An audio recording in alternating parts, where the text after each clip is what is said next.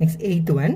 A number when decreased by 20% gives 80. Find the number. So, போன question என்னது? Increased by 18%. So, increaseன்றனால நம்ம என்ன பண்ணோம்னா add பண்ணோம். இப்போ அதே சம்ல இப்போ decreased அப்படின்னு கொடுத்துருக்கனால நம்ம என்ன பண்ண போகிறோம்? Subtract பண்ண போகிறோம். ஓகேவா? இப்போ அதே மாதிரி எக்ஸாம்பிள் எடுத்துக்கலாம். இப்போ நம்பர் வந்து ஒரு நம்பர் வந்து 100 அப்படின்னு வச்சுக்கலாம். இதில் வந்து 10% ஆஃப் நம்பர் வந்து என்ன வரும் உங்களுக்கு? So 100 into 10/100. சேம் போன சம் மாதிரி மாடலுக்காக சொல்கிறேன். ஸோ 10. ஓகே, இப்போ 10% வந்து அந்த நம்பர்லேருந்து டிக்ரீஸ் பண்ணுறோம்.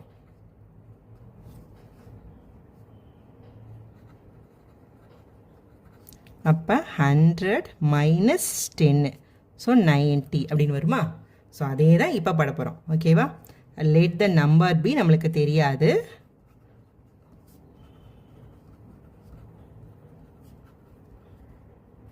எக்ஸ் அப்படின்னு நம்ம வச்சுக்கிட்டோம். ஓகேவா?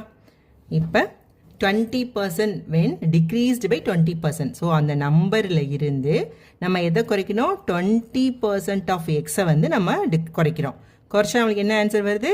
80. 20% டிக்ரீஸ் பண்ணால் 80 அப்படின்னு வருது. So x minus 20/100 of x equal to 80.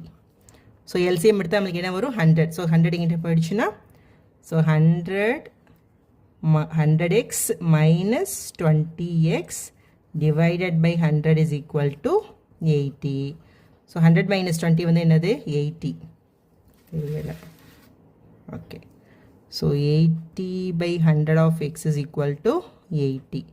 So x is equal to cross multiply பண்ணனா 80 into 100 divided by 80. So the 80 divided ஆயிடுச்சுனா answer வந்து 100. So x is equal to 100. So இதுதான் இதோட answer. Ninth one.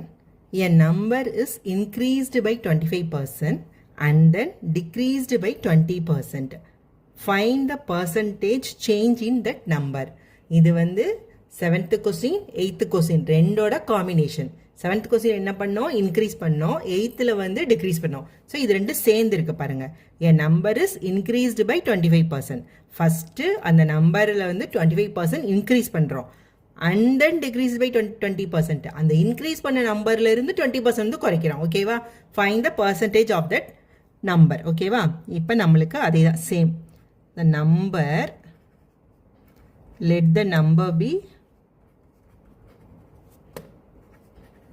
நம்மளுக்கு தெரியாது, அதனால் நம்ம இப்போ எக்ஸ்ன்னு வச்சுக்கலாம். ஓகேவா? Next, number increased by 25%. So number x plus 25% of x. சரி, எக்ஸ். ஓகேவா? அப்போ என்ன வரும்? X plus 25/100 of x. So it is nothing but LCM எடுத்தோம் அப்படின்னா என்ன வரும்? 100x plus 25x divided by 100. So 125/100 of x. ஓகேவா? ஸோ எக்ஸ் வந்து இப்படி ஆயிடுச்சு 125% ஆஃப் எக்ஸ்ன்னு ஆயிடுச்சு. இப்போ அதிலிருந்து தான் அண்ட் தென் அப்படின்றனால என்னது? இதில் இருந்து தான் 20% வந்து நம்ம டிக்ரீஸ் பண்ணுறோம். இன்க்ரீஸ் பண்ணதுலேருந்து 20% டிக்ரீஸ் பண்ணோம். So and then decreased by 25%, sorry 20%.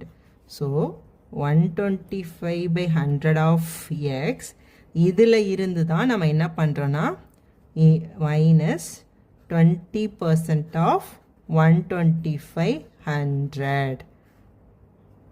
ஓகேவா? புரியுதா உங்களுக்கு? இதில் இருந்து தான் நம்ம வந்து 20% வந்து மாமா வந்து டிக்ரீஸ் பண்ணுறோம். Okay okay. ஸோ அப்போ இப்போ என்ன வரும்? 125/100 of x into 20/100 into 125/100 x. ஓகேவா? இப்போ இது ஒரு 100க்கு மாற்றிக்கலாம். ஸோ இது 1 டைம், இது வந்து 5. இதை டிவைட் பண்ணோம் அப்படின்னா ஸோ 2 டைம்ஸ் 5 டைம்ஸ் 100 அப்படி இருக்கட்டும். So 125/100 of x, 100x minus 25/100x. LCM எடுக்கிறதுக்காகத்தான் நான் அப்படியே வச்சுக்கிட்டேன் கீழே டிவைட் பண்ணாமல். கீழே 100ன்றது ஈஸியாக வரும் உங்களுக்கு. அப்போ என்ன வரும்? 125 minus 25/100 of x. Okay, so 125 minus 25, 100. So 100 divided by 100 of x. So இதன் divide ஆயிடுச்சுன்னா x மட்டும். So answer என்ன வந்துச்சு நம்மளுக்கு? x. So இந்த நம்பரை வந்து நம்ம 25% இன்க்ரீஸ் பண்ணி அந்த இன்க்ரீஸ் பண்ண நம்பர்லேருந்து 20% டிக்ரீஸ் பண்ணோம் அப்படின்னா நம்மளுக்கு என்ன வந்துச்சு? அதே எக்ஸ் தான் வந்துச்சு. ஸோ நம்மளுக்கு என்ன? நம்பரில் வந்து எந்த சேஞ்சும் இல்லை. ஸோ ஆன்சரும் எக்ஸ் தான். நம்ம என்ன நம்பர் எடுத்துக்கிட்டோம்? அதுவும் எக்ஸ் தான். ஸோ இதில் வந்து எந்த சேஞ்சுமே இல்லை. So no change.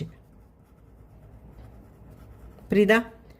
25% இன்க்ரீஸ் பண்ணி அதிலிருந்து 20% டிக்ரீஸ் பண்ணோம் அப்படின்னா அதோட வேல்யூ வந்து மாறலை, அப்படியே தான் இருக்குது.